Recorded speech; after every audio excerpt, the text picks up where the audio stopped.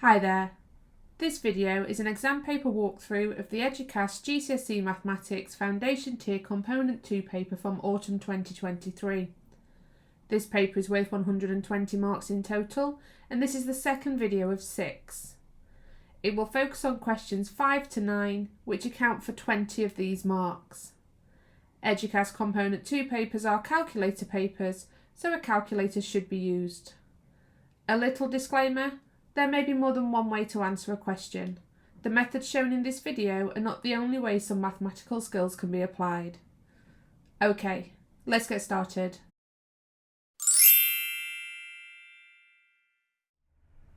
Question 5a, calculate the value of x. So we have a straight line here, we've got the angle marked, and it says that the angle is 3x degrees. Tells us that our diagram's not drawn to scale, so we can't measure anything directly from the diagram, but also the fact that it says calculate is a big hint that we can't do that as well. Alright, angles on a straight line. Angles on a straight line add to 180 degrees. So this whole angle here is 180 degrees, which means 3x is equal to 180 degrees. So I can now solve this one-step equation to calculate the value of x. So remember, 3x is 3 multiplied by x. The inverse of multiplying would be to divide. So 3x divided by 3 gives me x. Do the same on both sides, guys, to balance that equation. 180 divided by 3 is 60. I knew that. You could do it on your calculator if you needed to, guys. Part B, calculate the value of y. So here we've got another diagram, not drawn to scale. We've got a right angle here, and I know that a right angle is 90 degrees, so I'm going to label that. And then we've got this other angle here, labelled 5y. Now what the right angle and this other angle form are a full circle, angles around a point. So that whole thing should be 360. So to find 5y, I can take 360, take 90 away from 360. So do it on your calculator. It's 270. So this angle here is worth 270, which means 5y is equal to 270. So now we can solve for y. We've got a one-step equation. 5y is 5 multiplied by y. The inverse of multiplying by 5 would be to divide by 5. 5y divided by 5 is y. And then we're going to do the same to the other side to balance this fraction. 270 divided by 5 is 54. So y is 54 degrees. I'm going to put degrees on x as well, just to be safe.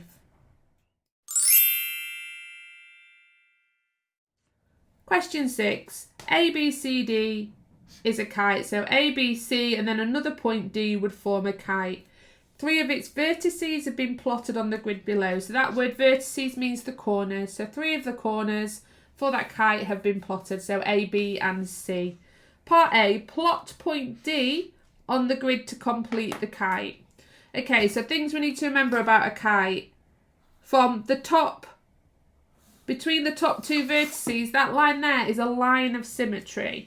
So D needs to be the same distance from A that B is, and the same distance from C that B is. So let's plot the journey from A.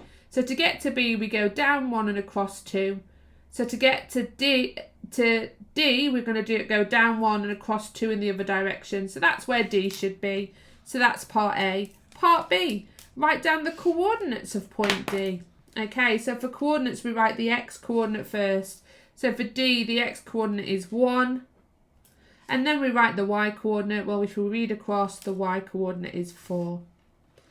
Part C, draw a reflection of the kite ABCD in the x-axis. Okay, so we're going to reflect it in the x-axis. So we're going to reflect it over this line. Now, you can just reflect the points, or if you want to, you could draw on the sides so you can visualize the shape itself. You'll be used to seeing reflections of a shape rather than coordinates, so that might be useful. So we're reflecting it across the x-axis, so let's take it a point at a time. So point C is 1 away from the x-axis, so we're going to put it 1 away on the other side. D is 1, 2, 3, 4, so we're going to go 1, 2, 3, 4. B is 1, 2, 3, 4, so we go 1, 2, 3, 4. And then A is 1, 2, 3, 4, 5. 1, 2, 3, 4, 5. And let's finish that shape to make it nice and clear.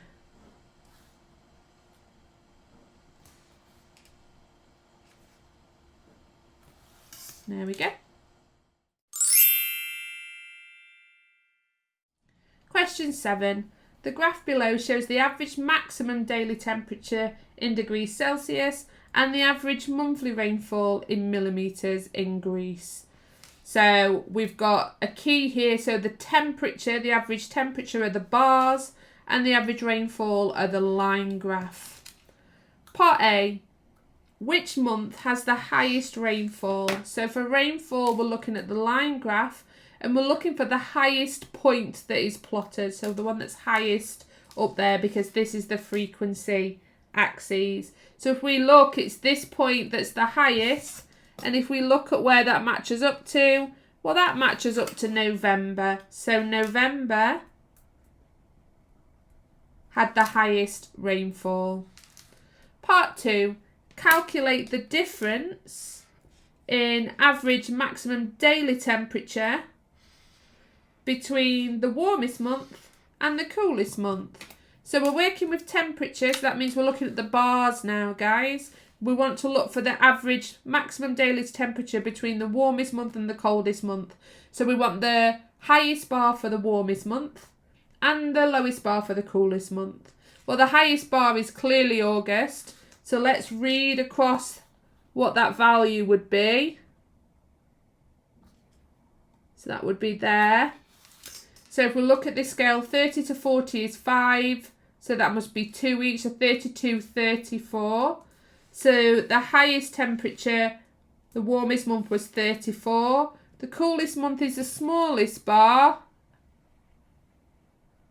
which is this one, in January. And that bar takes us to there, which must be 12. So we're going to do 34 subtract 12. You can do all of your calculations on your calculator if you want to, guys, as long as you write them out. And then we've got 22 as our difference. Okay, part 3. Courtney wants to go on holiday to Greece. She does not want the average maximum temperature to be over 30. So she wants it to be less than 30 degrees temperature wise, and she hopes for as little rain as possible. Which month would be the most suitable for Courtney to go to Greece? So we're looking at the months that have a temperature bar less than 30. So if we see where 30 is, and if we draw a line where 30 is, that's our cut-off point. So she wants below that line in temperature, but she wants the lowest possible rainfall that she can get. So we're going to look for the lowest point on this line graph that's below that line at 30, which is going to be there. Well, August, that's the lowest point, but August bar's over 30, isn't it? So we're going to discount those two. So the next lowest is this one. The bar's below the 30 line. So we'd say the best month for her to go would be June. Part B. The formula shown below can be used to convert between temperatures in degrees Fahrenheit and temperatures in degrees Celsius. So we've got this formula, F equals 1.8 C add 32.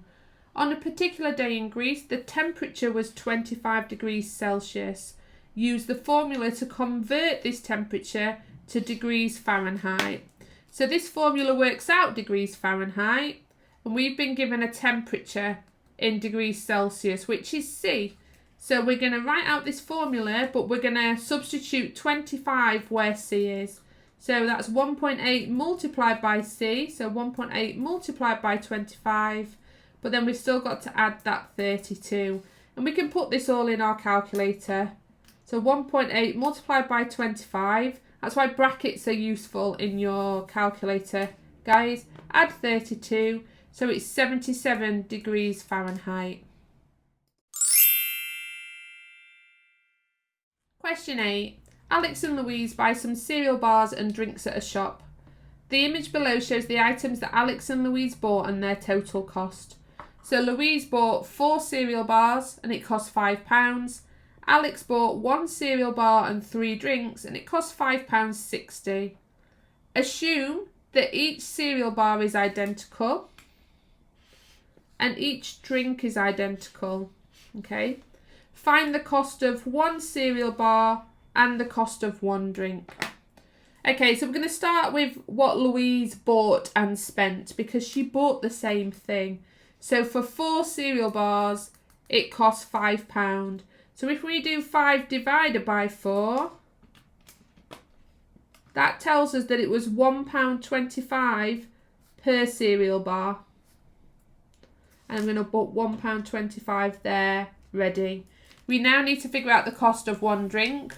Well, Alex is the only person that bought drinks, so it's his shopping that we're going to have to work with. He bought 1 cereal bar, but then 3 drinks, and it cost £5.60 in total. So we know that a cereal bar is £1.25.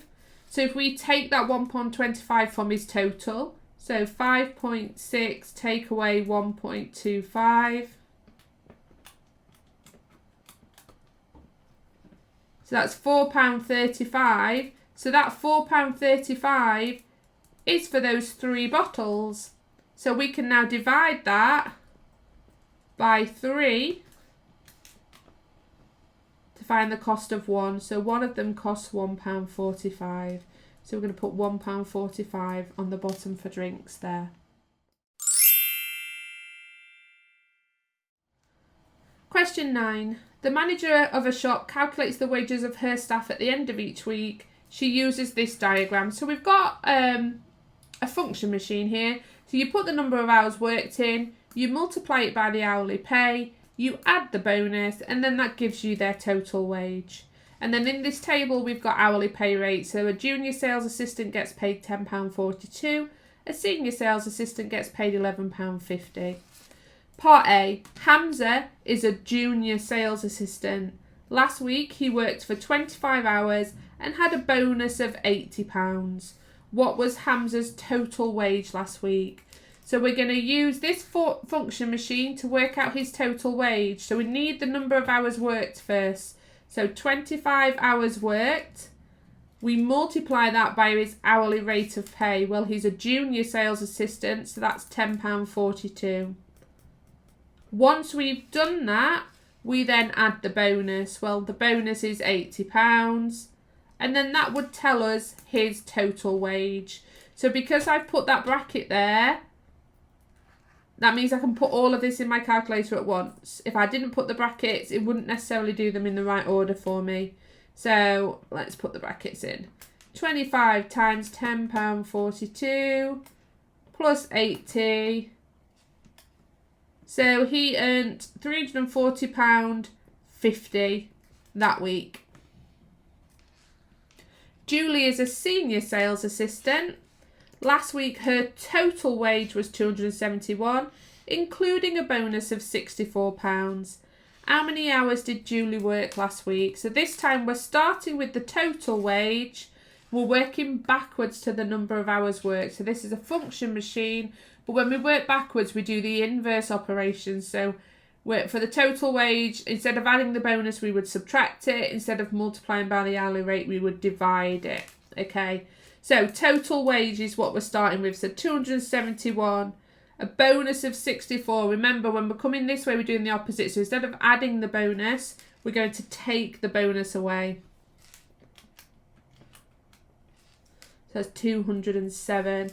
And then at this point, got 207, so we're going to divide by the hourly rate of pay. So Julie is a senior sales assistant, so it's £11.50. So 207 divided by £11.50, which is 18. So she worked 18 hours that week.